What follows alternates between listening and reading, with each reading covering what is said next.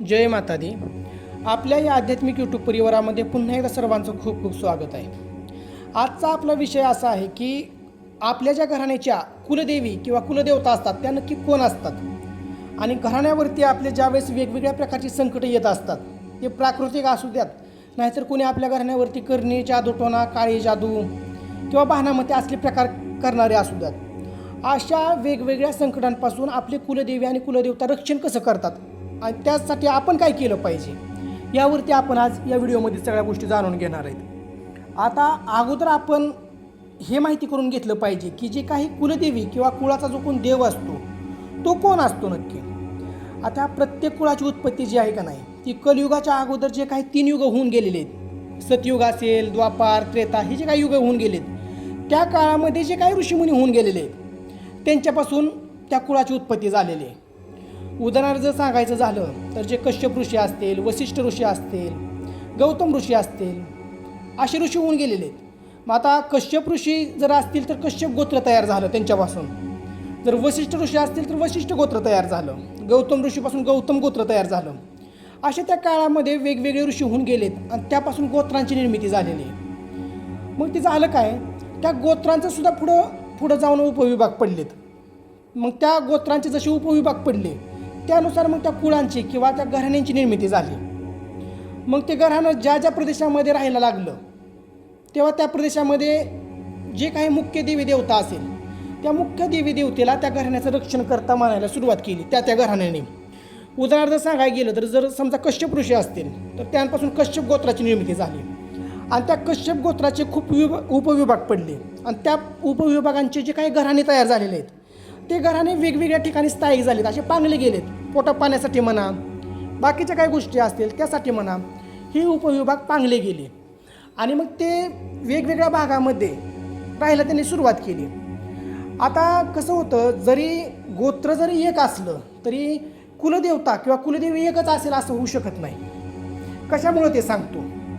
आता ह्या गोत्रांचे जे काही उपविभाग पडले त्यांच्यापासून जे घराणे तयार झाले ते वेगवेगळ्या राज्यांमध्ये वेगवेगळ्या ठिकाणी राहायला गेले आणि त्या ठिकाणची जी काही मुख्य देवता असेल त्या मुख्य देवतेला त्या घराण्यातल्या मुख्य पुरुषाने म्हणजे मूळ पुरुषाने आपल्या इथून पुढच्या घराण्याची किंवा आपल्या कुटुंबाची किंवा आपल्या कुळाची रक्षण करते देवी किंवा देवता मानून पूजायला सुरुवात केली. त्या देवाला वर्षाला जाऊन तिथं मानपान द्यायला सुरुवात केली.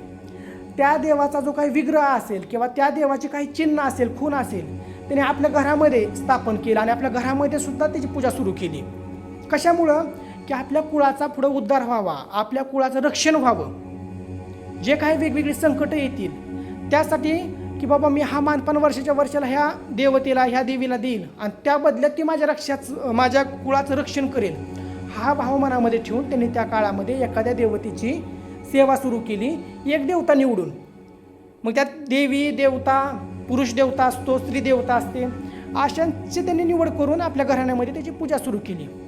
आणि तेच देवी देवता असतील ते देवी देवता पिढ्यानपिढ्या चालत आले आणि तेच कुलदेवी आणि कुलदेवता म्हणून नामारूपाला आलेले आहेत. मग हे झाले आपले कुलदेवी किंवा कुलदेवता जे आपल्या पिढ्यानपिढ्यांपासून पूजले जातात.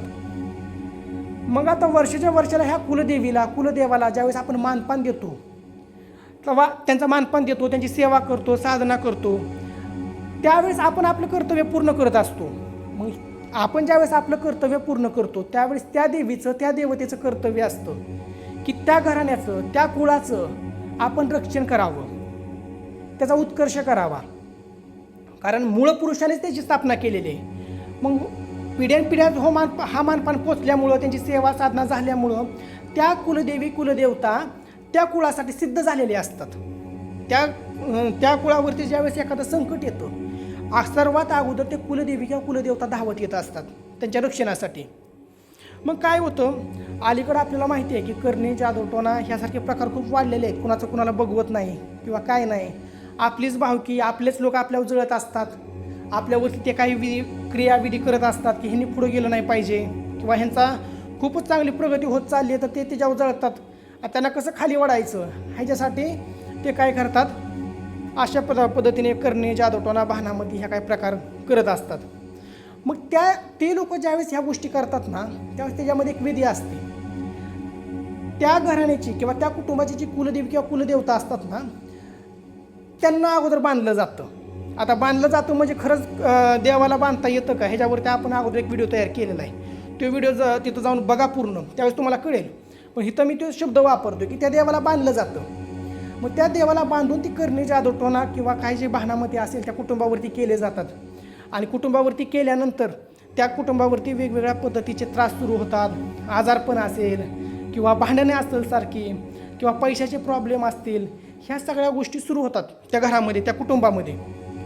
मग आता त्यावेळेस जर तुमच्या घरातून वर्षाच्या वर्षाला आपल्या कुलदेवीचा मानपान जात असेल, त्या कुलदेवाची सेवा तुमच्या घरामध्ये होत असेल आणि त्यानंतर सुद्धा ज्यावेळेस तुमच्यावरती करणी होते ना, त्यावेळेस ती कुलदेवी कुलदेवता तुमच्या घराच्याकडून एक सुरक्षा चक्र टाकत असतात.